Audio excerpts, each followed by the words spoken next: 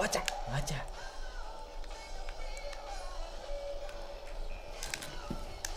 out. Welcome to the Dad Lab. I'm Daddy Brad. I'm Daddy Clay. And today, we're going to talk about principles, actually collapsing principles. When I was an expecting dad for the first time 8 years ago, there were certain things that I swore that I would never let in the house. What were those? These are evil things like hot dogs, toy guns, Barbies, commercial television, and worst of all, video games. Ooh. Brad, how many of those things are in my house today? All of them. That's right, all of them. As of just a couple of weeks ago, when we decided to buy my 8-year-old for his birthday a game system. You know, Daddy Clay, you're not alone. 2005 MediaWise survey, they said that 87% of the kids in America play video games at home.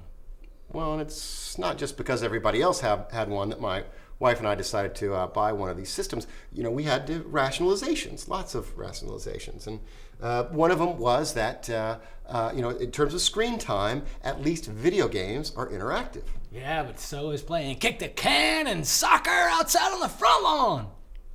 Well, it's good for their small motor skills. Oh, yeah, that's true.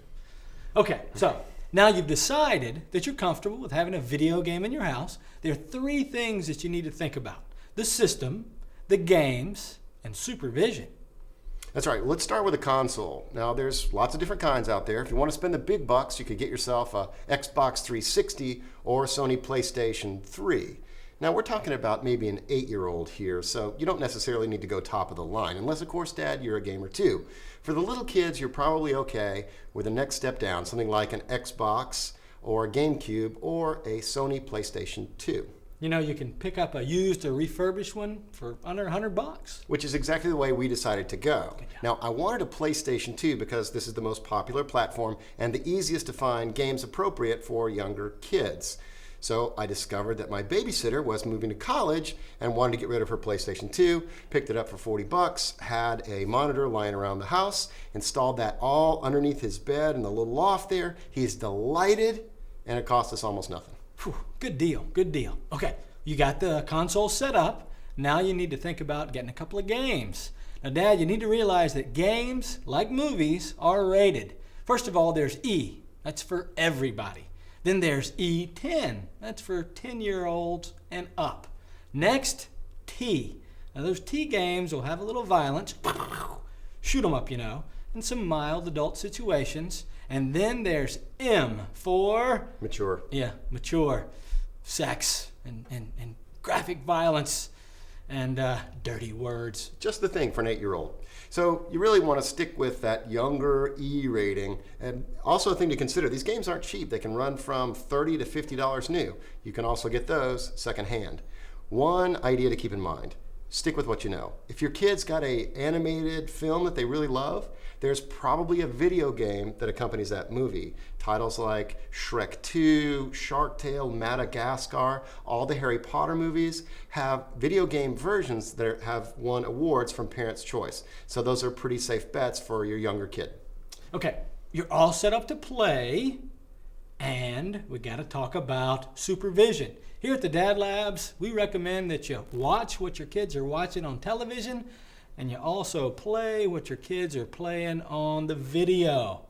You know, that may be easier for some dads that are gamers.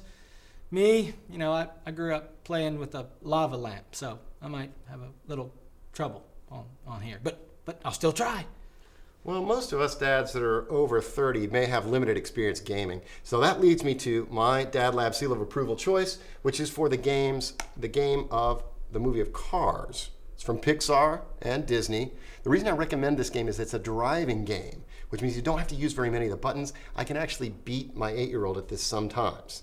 It's a great game. It's got a storyline, lots of different levels, places to explore. It's really lots of fun and something that you can sit down and play with your child. And this is the thing: if you're going to invite this video game system into the house, you need to go there with your kid. You need to be in that world with him or her as often as you can when they're playing those games. Make sure you know exactly what's going on in their screen time. So that's why I recommend Cars. It's a great video.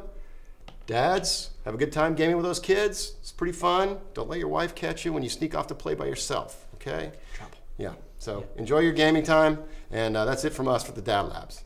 Hey, do you have Pong on there? No, I here, really like you take Pong. this one. Let's play 2-player. Atari? I'm gonna kick you. Space Invaders? Get ready to eat my dust, buddy.